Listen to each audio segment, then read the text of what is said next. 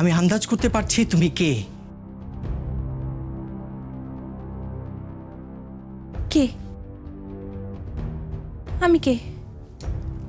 আমি তো গ্রামের মেয়ে, এইখানে এসেছি কাজ করতে।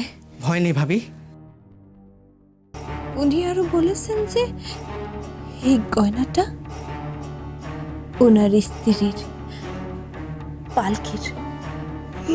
মরে যাই মরে যাই, এই জন্যই বুঝি মহারানীর কান্না হচ্ছে। ছলা কোলা জানিস বটে। এসেছিলই যখন, তখন ধরে রাখতে পারলি না কেন? ধরে রাখবো মানে? উনি যেন কিছুই বোঝেন না।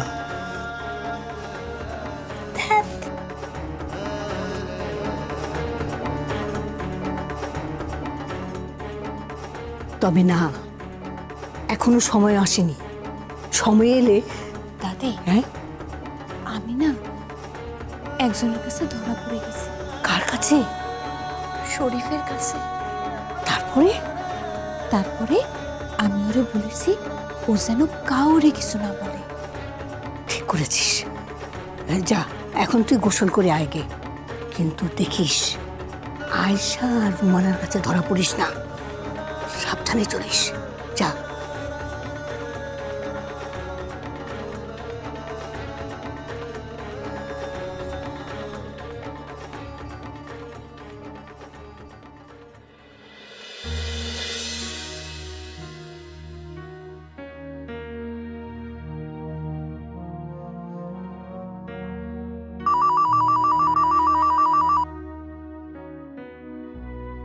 হ্যালো হ্যালো ভাবি, আমি শারমিন বলছি। হ্যাঁ ভাবি বলেন, কি অবস্থা? এসব কি শুনছি ভাবি? সোহেল নাকি সাবার কাছ থেকে গয়না কেড়ে নিয়েছে, পালকির গয়না নাকি ও কাউকে দেবে না। সাবা ভীষণ কান্নাকাটি করছে ভাবি। সোহেল এসব কেন করছে? আসলে ভাবি আমি নিজেও জানি না যে সোহেল এগুলো কেন করছে। যে মেয়েকে ও কোনোদিন দেখেও নি, তার প্রতি ওর এত দরদ কেন? আই এম সরি ভাবি, আমি আসলেই বুঝতে পারছি না কিছু। আপনি মা হয়ে বুঝতে পারছেন না, তাহলে ভাবুন তো আমাদের অবস্থা কি হচ্ছে। আমি, সাবার বাবা, আমরা কিভাবে এই বিয়েটা দেই বলুন? সব আয়োজন শেষ, শুধু বিয়েটাই বাকি। আর এই অবস্থায় যদি সোহেল সাবার সাথে এমন ব্যবহার করে। বেশ হয়েছে, সোহেল যা করেছে ঠিক করেছে।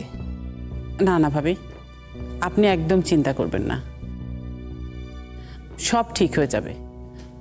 আসলে সোহেল এখন যেটা করছে সেটা নিছকই পাগলামি। বিয়ের পর সব ঠিক হয়ে যাবে, এগুলো কিছুই থাকবে না। আর সোহেল হয়েছে ঠিক একদম ওর বাবার মতো, আবেগপ্রবণ। কারো কাছ থেকে যদি একটু সেবা যত্ন পায়, ব্যাস, তাহলে তার প্রতি দরদে একেবারে উতলে ওঠে। এই জন্য তো আমি বলি সাবাকে মাঝে মাঝে এখানে পাঠাবেন, ও যেন সোহেলের কাছে কাছে থাকে। আসলে কি ভাবি, পুরুষ মানুষ সবসময় একটু অবলম্বন খোঁজে। যাই হোক, সাবা কোথায়? সাবা ওর ঘরে খুব কান্নাকাটি করছে। না ভাবি, ওকে কান্নাকাটি করতে নিষেধ করেন। ও একটু বুঝিয়ে বলুন, সব ঠিক হয়ে যাবে। ও যেন কোনো মন খারাপ না করে। আপনার কি মনে হয় ভাবে আমি ওকে কিছু বলিনি? আমি ওকে সব বলেছি। আমার মেয়েকে আমি ছাড়া আর কেউ ভালো বোঝে না। ও ভীষণ নরম প্রকৃতির আর খুব আবেগপ্রবণ। একটু আঘাতও ও সহ্য করতে পারে না। সহ্য করতে পারে না? সবে তো শুরু হলো। বিয়ের পর মারামারি কাটাকাটি কত কিছু হবে। আচ্ছা আচ্ছা ঠিক আছে ভাবি, আপনি একদম চিন্তা করবেন না। আমি তো বলছি বিয়ের পর সব ঠিক হয়ে যাবে। আর বিয়ের পর সোহেল আর সাবা খুব সুখে থাকবে, খুব ভালো থাকবে। আপনি এসব নিয়ে একদম চিন্তা করবেন না। তাহলে রাখি ভাবি। জি।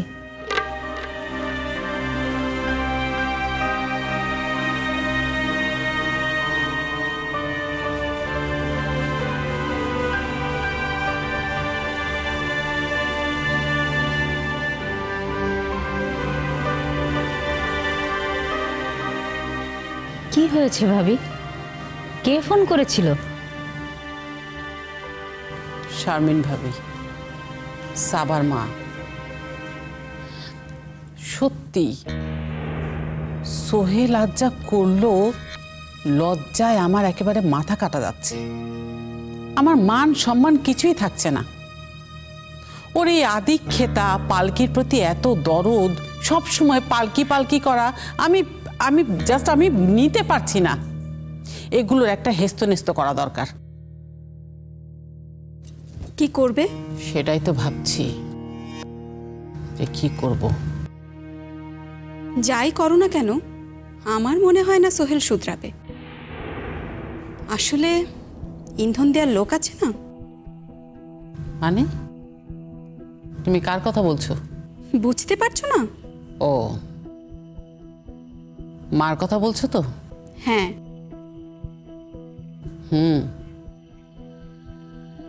কথাটা অবশ্য তুমি মন্দ বলনি। মায়ের জন্যই সোহেল এরকম বেপরোয়া হয়ে গেছে। আর মায়ের প্রশ্রয় পেয়ে পেয়েই সোহেলের মাথাটা গেছে। দাদি আর নাতে মিলে যে সারাক্ষণ কি এত শলা পরামর্শ করে। আচ্ছা ভাবি, এক কাজ করলে হয় না? মাকে কিছুদিনের জন্য গ্রামের বাড়িতে পাঠিয়ে দাও না। তাহলেই হয়েছে। মা থাকবে গ্রামের বাড়ি। আন্দাজে ভুলভাল সাজেশন আমাকে দিতে এসো না তো। যাও এখান থেকে, আমাকে একটু একা থাকতে দাও।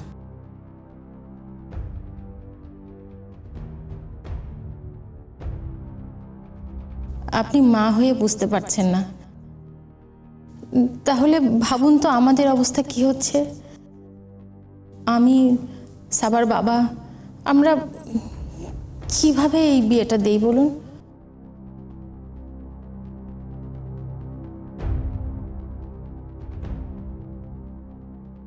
আপনার চা। তুমি কি করে জানলে যে আমি এই সময় চা খাই? ওই আমি দেখলাম আপনি একা একা বসে আছেন আর বসে বসে কি যেন ভাবছেন, তাই ভাবলাম চা খেয়ে যদি। আচ্ছা আচ্ছা, ঠিক আছে।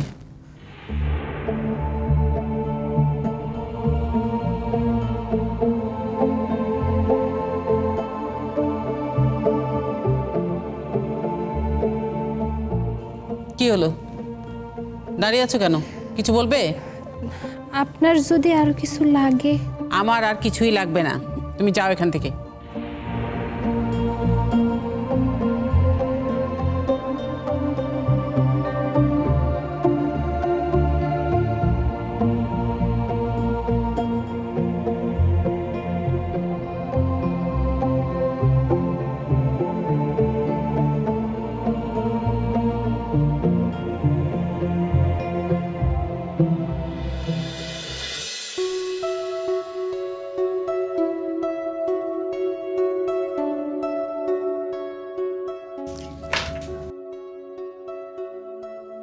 কি করছিস? আবার কি? খুঁজে বেড়াচ্ছি আরেকটা নতুন মুখ যে র্যাম্পে হাঁটবে। যতই নতুন মুখ আসুক না কেন, তোর পছন্দ হবে না। আবার তোর যদি পছন্দ হয়ও, আমার পছন্দ হবে না। কেন? কেন হবে না? জানিস, পালকির ভেতর না একটা একটা গ্রাম্য সরলতা ছিল, আবার আবার একটা শহুরে ব্যাপারও ছিল। একটা অন্যরকম বিষয় ছিল পালকির মধ্যে। তাই তো ভাবছি ওর রিপ্লেস করবে কে? আমি তো চিরুনি তল্লাশি চালাচ্ছি, এত মেয়ে আছে চারপাশে, নিশ্চয় নিশ্চয় কাউকে না কাউকে পেয়েই যাব। রেজন, রেজন, আমার কি মনে হয় জানিস, আচ্ছা আচ্ছা, পালকি যদি হুট করে ফিরে আসে? ফিরে আসবে? যদি আসে? তোমার মাথা একদম গেছে, তুমি বরঞ্চ ডাক্তার দেখাও। সেটাই সেটাই, ঠিকই বলেছিস। আমার বয়ফ্রেন্ডও বলছিল আমার মাথাটা গেছে। আমার বয়ফ্রেন্ড? হাজবেন্ড বলতে পারো না? হাজবেন্ড বলতে আমার একদম ভালো লাগে না। আর তাছাড়া বিয়ের কয়েক বছরের মধ্যে তো হাজবেন্ড আর ফ্রেন্ডই হয়ে যায়, অবশ্য যদি সম্পর্কটা ভালো থাকে।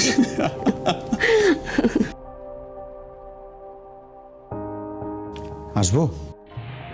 কে? ও সোহেল, এসো এসো। তুই হঠাৎ এইখানে? হ্যাঁ, গুরু দায়িত্ব পড়েছে আমার উপরে। গুরু দায়িত্ব? কিসের গুরু দায়িত্ব? এই যে নিমন্ত্রণ করার। নিমন্ত্রণ কিসের? আমার বিয়ের।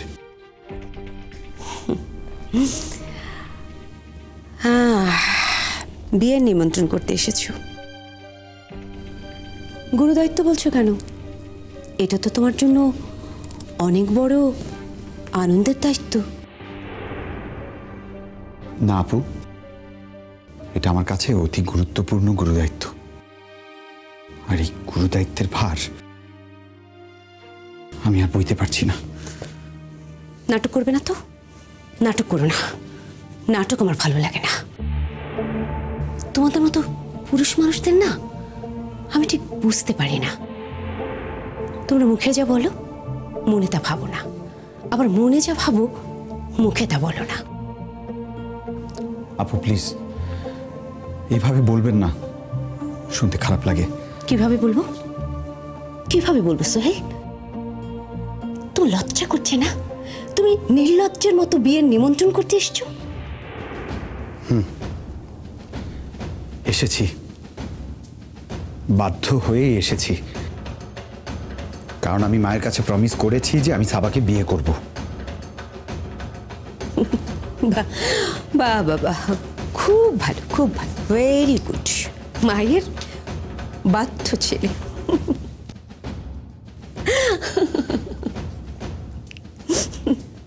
হ্যাঁ, বাধ্য ছেলে। আমি আমার মাকে কোনোদিন অসম্মান করিনি, কোনোদিনও না, আর ভবিষ্যতেও সেটা কখনো করতে পারবো না। হোয়াট এভার, সামনে আমার বিয়ে, আমি আপনাদের দাওয়াত দিতে এসেছি। যদি আপনারা আসেন আমার ভালো লাগবে। পালিয়ে যাচ্ছ? মুখ লুকিয়ে পালিয়ে যাচ্ছ? হ্যাঁ, পালিয়ে যাচ্ছি। আপনাদের কাছ থেকে আমি ঠিকই পালিয়ে যাচ্ছি, কিন্তু ঘরের ভেতরে আমি তো নিজের কাছ থেকে পালাতে পারছি না।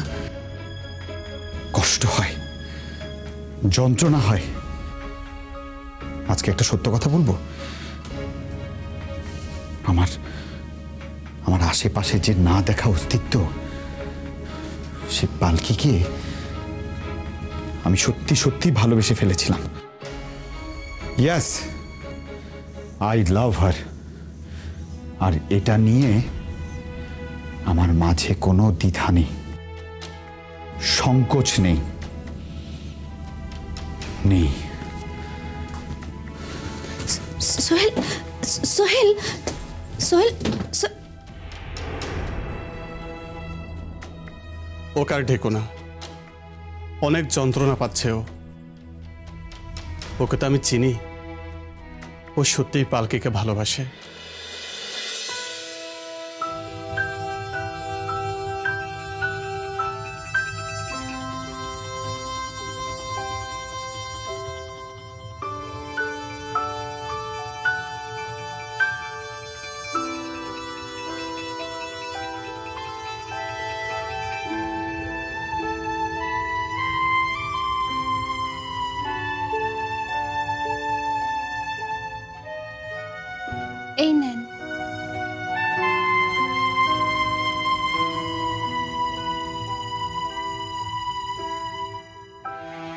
তুমি কি করে জানলে আমার যখন পিপাসা লেগেছে? বাইরে থেকে এসেছেন, পানির পিপাসা পাওয়াটাই তো স্বাভাবিক। আপনি বসেন, আমি আপনার জন্য চা করে আনছি। ঠিক আছে, যাও। শোনো, যে এই বাড়িতে না একজন ছিল, আমার দেখাশোনা করত। আমার কখন কি লাগবে না লাগবে সব জানতো। যখন যা দরকার এসে দিয়ে যেত, অনেকটা তোমার মতো। কে আপনার স্ত্রী?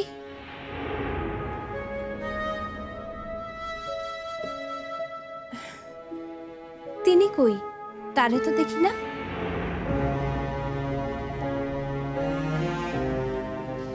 নেই, চলে গেছে। আমাকে ছেড়ে অনেক দূর চলে গেছে। আমার উপর অভিমান করে আমার জীবন থেকে চিরকালের মতো হারিয়ে গেছে। কোথায় গেছে? হ্যাঁ, কি? না, কিছু না। একটা কথা বলবো? হ্যাঁ, বলো। আপনি আপনার স্ত্রীরে খুব ভালোবাসেন না? হ্যাঁ, অনেক ভালোবাসি। এই তো আমি তোমার কাছে। একবার ফিরে তাকাও, তাকাও না একবার। কি হলো, দাঁড়িয়ে আছো কেন? যাও, আমার জন্য চা নিয়ে আসো। হ্যাঁ হ্যাঁ, যাচ্ছি। আপনি বসেন, আমি আপনার জন্য চা করে আনছি।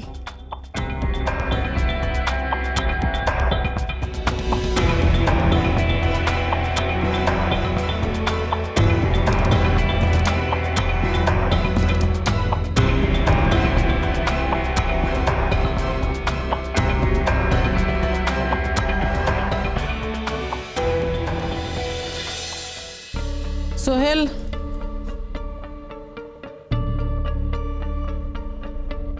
সোহেল,